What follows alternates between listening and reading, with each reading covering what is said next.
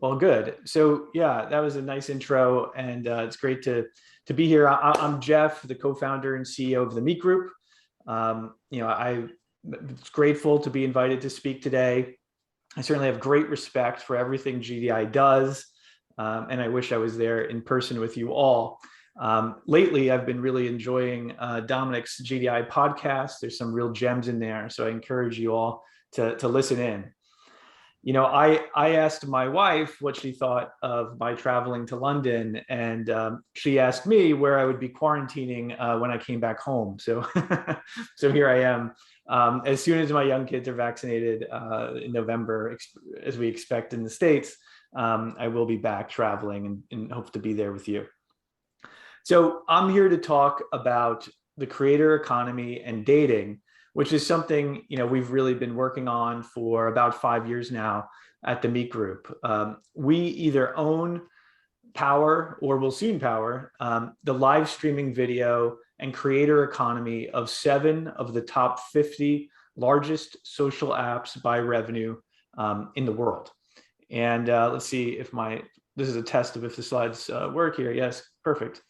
So, App Annie recently published a worthwhile report, and it's free. You could search for it, which noted that 3 out of every $4 spent in the top 25 social apps worldwide are spent in live streaming, which is remarkable if you think about that and let that sink in.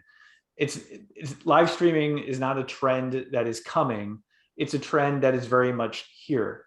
And the fact that so many people think it's still early is a testament to how big the video and creator economy opportunity is. We've been building out live streaming video, dating games, and an integrated creator economy suite for 5 years. Chinese companies were doing that even longer. And if it feels early to you, it may only be because you don't personally spend any money at all in live streaming, but you may have purchased a subscription to a dating app. But the magic of live streaming is that even if there may well be more dating app subscribers, there is more revenue and more engagement in live streaming video. Live streaming does not cap every member at a preset monthly subscription. It monetizes them up to their willingness to spend. And that's how, as App Annie shows, 3 out of every $4 in social can be from live streaming, but how it can still feel early, because it is still early. Every year, more and more people are engaging in live streaming video, and more creators are monetizing them.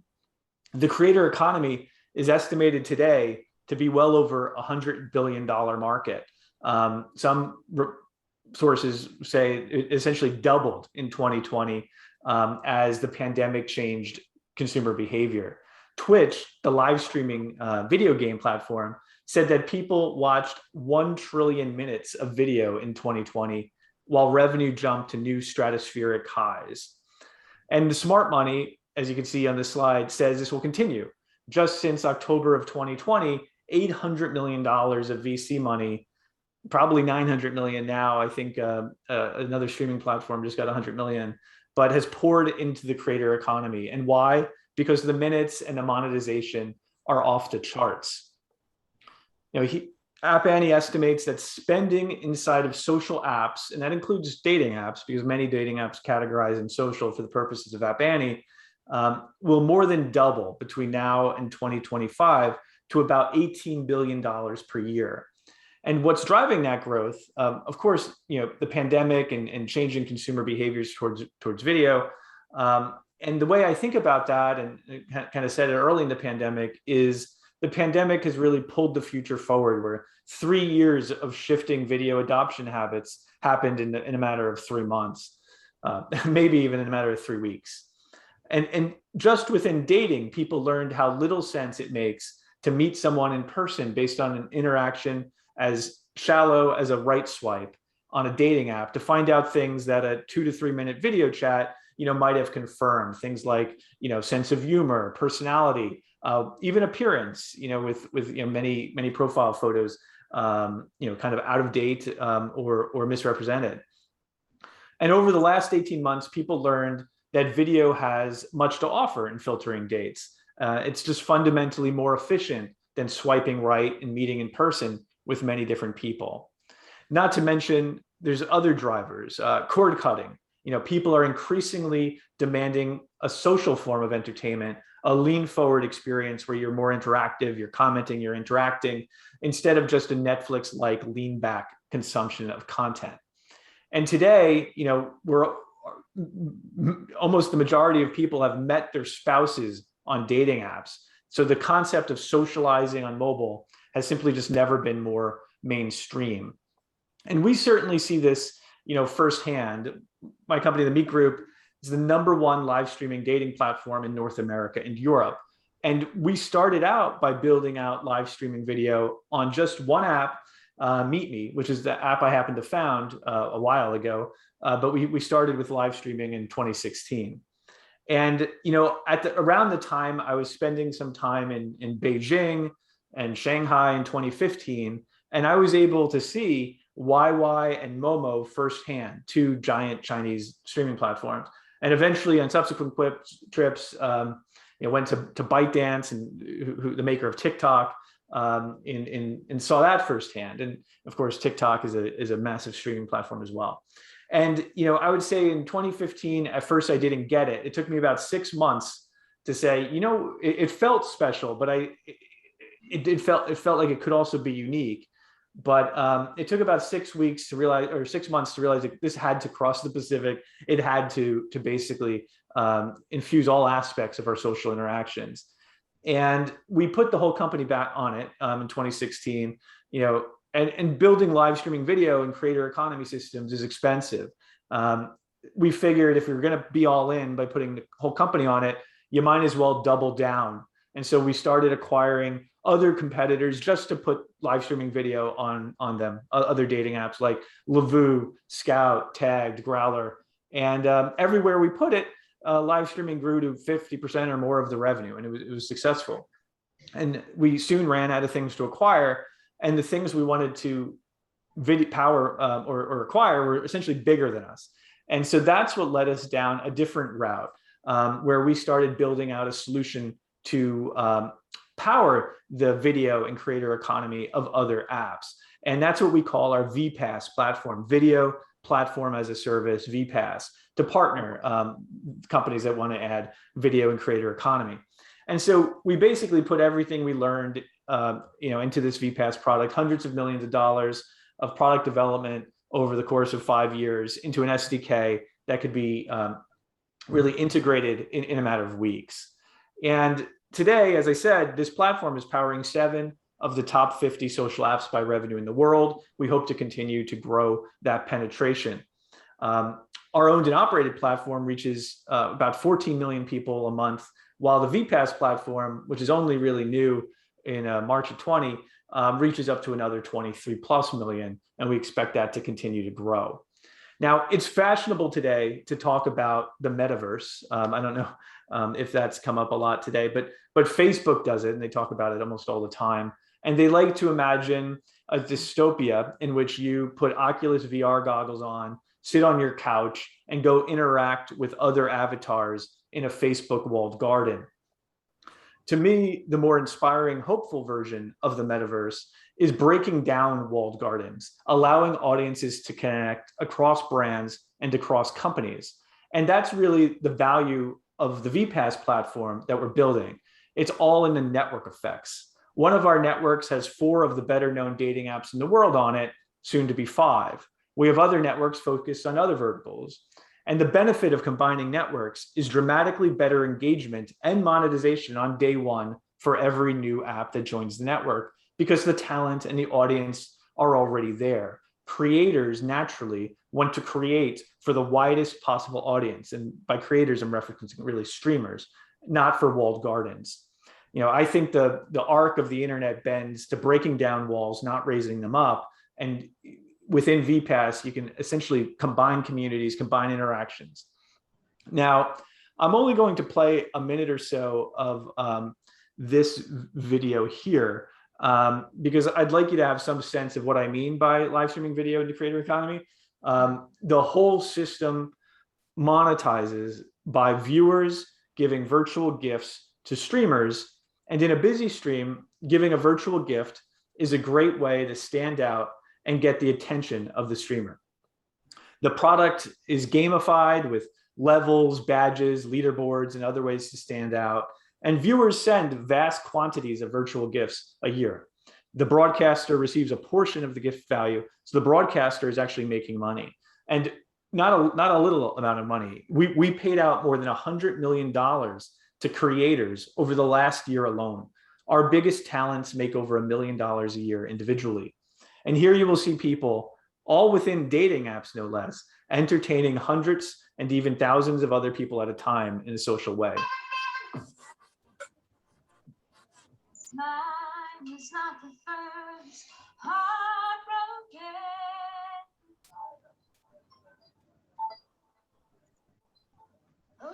That was absolutely beautiful. Yeah, I have never heard Metallica on the keys before. This is a mentorship style show where we let 6 people jump in the box. This is Love Quest Live Dating Show. I'm Blake, your host, and this is the amazing Dr. Morgan. This is Sipping Celebrity with Mercedes. I'm the Bachelorette. So we're doing the Date Me episode. It's super fun.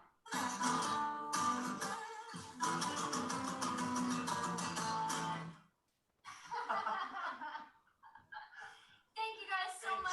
Thank you for hanging out with us. The fire again. We love you guys. So what you're actually seeing when that fire comes in is that's a gift. So a lot of gifts are coming in. They take the form of these kind of fun animations. The more involved the animation, kind of the more expensive the gift.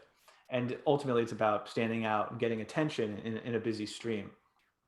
You know, here you can see some of the formats of live video that we offer, from one-to-many to one-to-many with a guest. Battles is another very popular format where streamers compete to receive the most support from their fans in the form of gifts, and this alone accounts for about 25% of monetization in video. Next Date is a live streaming dating game that we pioneered about 3 years ago, allowing anyone to be the star of their own dating game. It's basically speed dating, but with an audience of hundreds of thousands, or hundreds or thousands. And you could imagine, some people think that sounds terrible, but it's actually very fun to play and to watch. We see more than 100,000 Next Date games being played on our network a day. We even created a blind date version of it where you only see the person you are chatting with at the end. So it starts with a blurred video that it becomes increasingly unblurred. And at the end, the host either taps next or date. If they tap date, there's a reveal and they can see who they've been chatting with.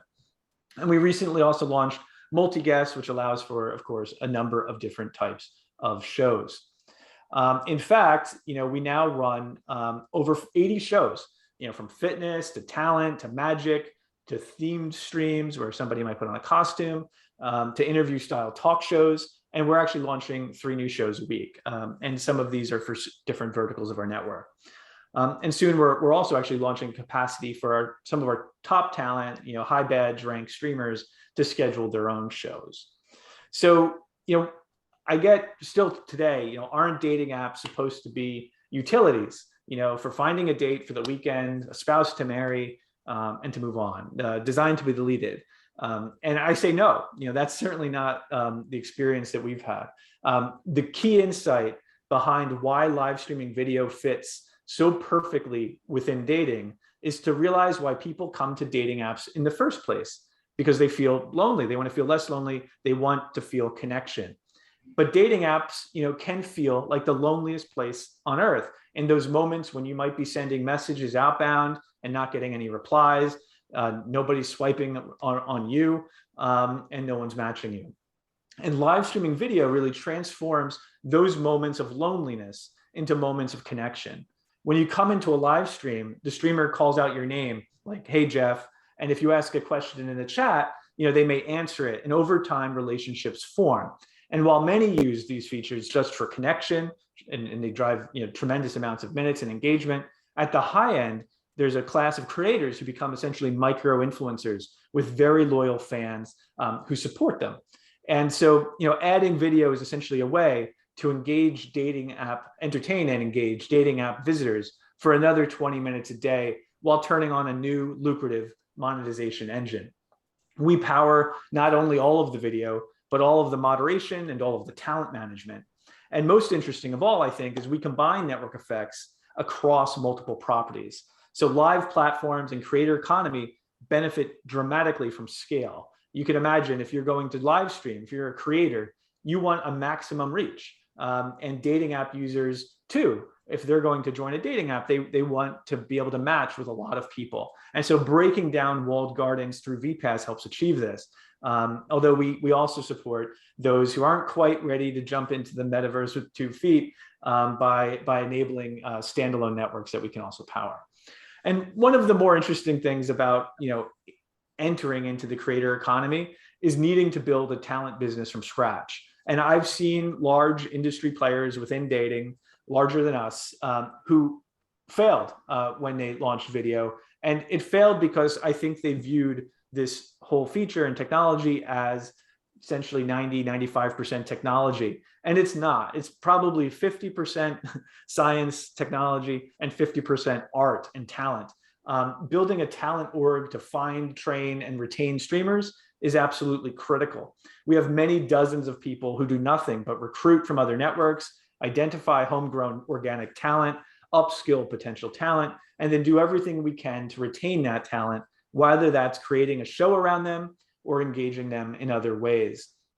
And of course, to run all of this video at scale, you have to make safety a part of your DNA from day one. Today we have 700 people dedicated to safety and moderation.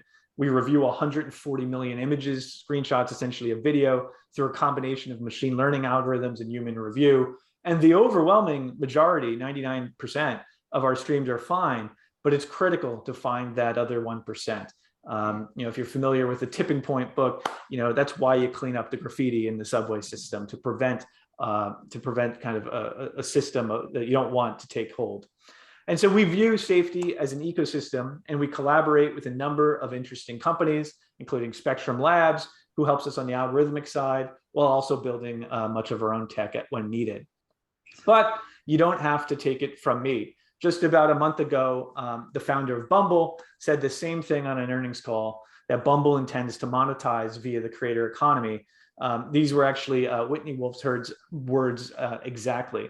The third major monetization opportunity is the creator economy. This is a really exciting opportunity, one that we know our audience is primed for.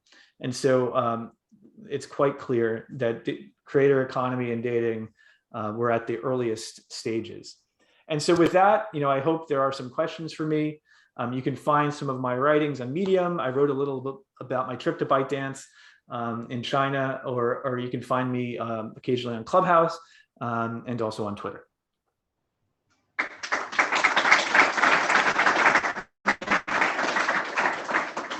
Brilliant. Thank you so much, Geoff. If there's anyone, we've probably got time for a couple of quick questions. So if anyone wants to ask a question to Geoff, go now. Come on, people. Yes. You might not be able to hear the question, but I'll relay it if possible. So, do you see kind of this giving or receiving dynamic falling into dating apps?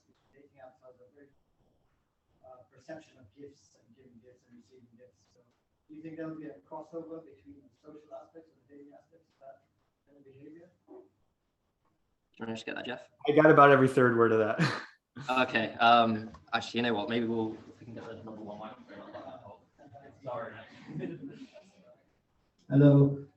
Yeah, just wondering if you think there'll be a crossover of the gift giving and receiving and live streaming into dating from social, because it's perceived as potentially a very different perception in terms of the dating scene and receiving, giving gifts. And do you think there will eventually be a migration from TikTok, that sort of live stream gift giving, into the dating space? Yeah, absolutely. I mean, I think that's already happening. And the way it works is really as this social entertainment. So I don't think that people come into our live streaming systems thinking that they're there to find a date. I think they're there more for social entertainment. So they're playing at next date shows. They're following streamers. So at the high end of the live streaming kind of leaderboards, you're really dealing with micro influencers, people who are personalities that people just become kind of fans of, and they want to hear more of. And then there's this really, really long tail of kind of content that is not monetizing. It's really just about connection and finding people near you. And so it's live streaming really encompasses both of those things. And it's similar. Like if you think about Twitch, you could, we've been called before the Twitch for dating. But if you think about what Twitch is, some people like, Ninja and others, can make tens of millions of dollars a year live streaming, playing video games, right? But the vast majority of people on Twitch don't make any money at all, but they still like to do it because of the community and the connection. And it's the same way within dating communities.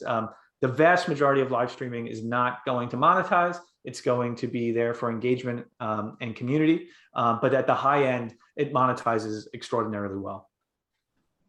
Brilliant.